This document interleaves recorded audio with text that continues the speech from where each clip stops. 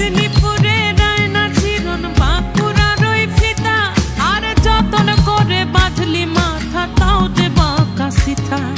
পেছ পাড়িয়ে রাজকুমারী গলায় চন্দ্রহার দিনে দিনে বাড়ছে তোমার চুলেরই বাহার